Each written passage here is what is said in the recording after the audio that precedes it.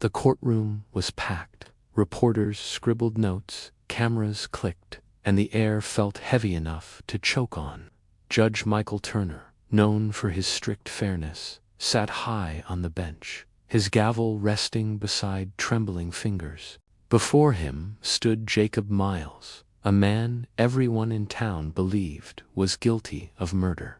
The evidence was strong, too strong. A blood-stained knife, eyewitnesses, and a motive that made perfect sense. But deep down, something gnawed at Judge Turner. He couldn't prove it, but the case felt off. Still, the law was the law, and the prosecution's evidence left no reasonable doubt.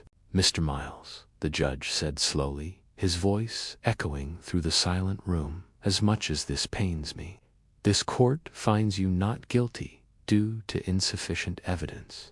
A gasp ran through the courtroom. The victim's family cried out. The reporters rushed to the doors. Judge Turner's hands shook as he slammed the gavel.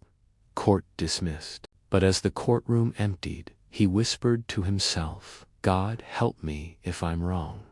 That night, Judge Turner couldn't sleep. The image of Jacob walking free haunted him. He poured a glass of whiskey and stared at the newspaper headline, "Killer Walks Free, Judge Turner Under Fire." His wife, Evelyn, approached quietly. "You followed the law, Michael. You did your job." He sighed. "Yeah, but what if the law failed?" In 20 years on the bench, Turner had sentenced criminals, freed innocents, and stood by the evidence every time. But this case, something about it didn't fit. The DNA report came in too conveniently. The witnesses' stories were too polished, and the defense attorney too confident. Turner's gut screamed that Jacob wasn't just lucky, he was protected. He opened his laptop and began rereading the case notes. Every detail, every transcript, every photo, and there it was, one small line in the police report that didn't make sense. The time of the call. If the murder happened at 9:45 p.m., why was the emergency call logged at 9:10 p.m.? Judge Turner knew he was crossing a line. Judges weren't supposed to investigate, they ruled, but he couldn't ignore it. The law was his life, but truth was his conscience. He met quietly with Detective Sarah Lane, the officer who had originally worked the case. "Sarah," he said, "off the record, does any of this feel wrong to you?" She hesitated. "Judge, between us, yeah, but someone higher up told me to back off, said it was above my pay grade." Turner leaned forward. "Who?" She looked around, whispering, "District Attorney's office." Turner's heart dropped. The same DA who'd presented the case so aggressively, maybe too aggressively. That night, he found an anonymous email in his inbox. "You set him free, Judge. Now watch what he does next." Attached was a security video, grainy footage from a gas station camera. It showed Jacob Miles, the supposedly innocent man, throwing something into a dumpster at midnight. Turner froze the frame. It was a knife. Turner knew he couldn't reopen the case without evidence from law enforcement.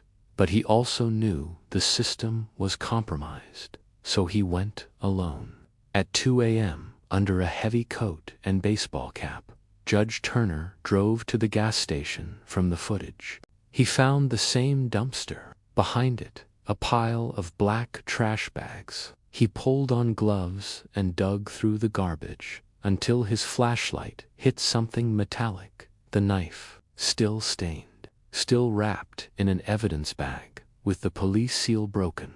Turner's pulse raced. He photographed everything, then called Detective Lane.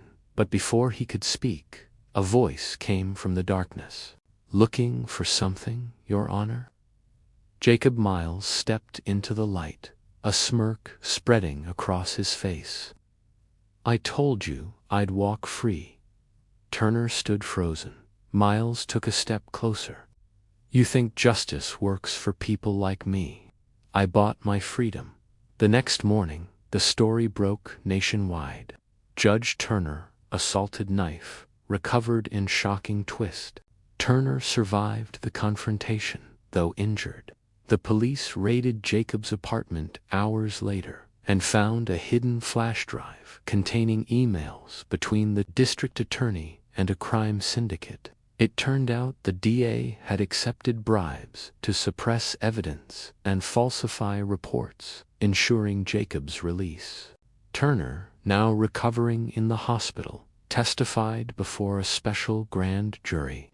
His voice trembled but steady. The law means nothing if it serves the corrupt. I set a guilty man free because I trusted a broken system. I won't make that mistake again. The DA was arrested. Jacob Miles tried to flee but was captured. And for the first time in months, Judge Turner slept peacefully, knowing justice, though delayed, had finally arrived. Months later, Turner retired quietly from the bench, but his story spread across the country, taught in law schools, and discussed in ethics seminars. He often visited local courts, speaking to young lawyers about his experience. "Never forget," he'd say, "the courtroom isn't a stage for victory, it's a place for truth." And in that truth, Judge Michael Turner found peace. Not because he was perfect, but because he had the courage to make things right, even when the law said he couldn't.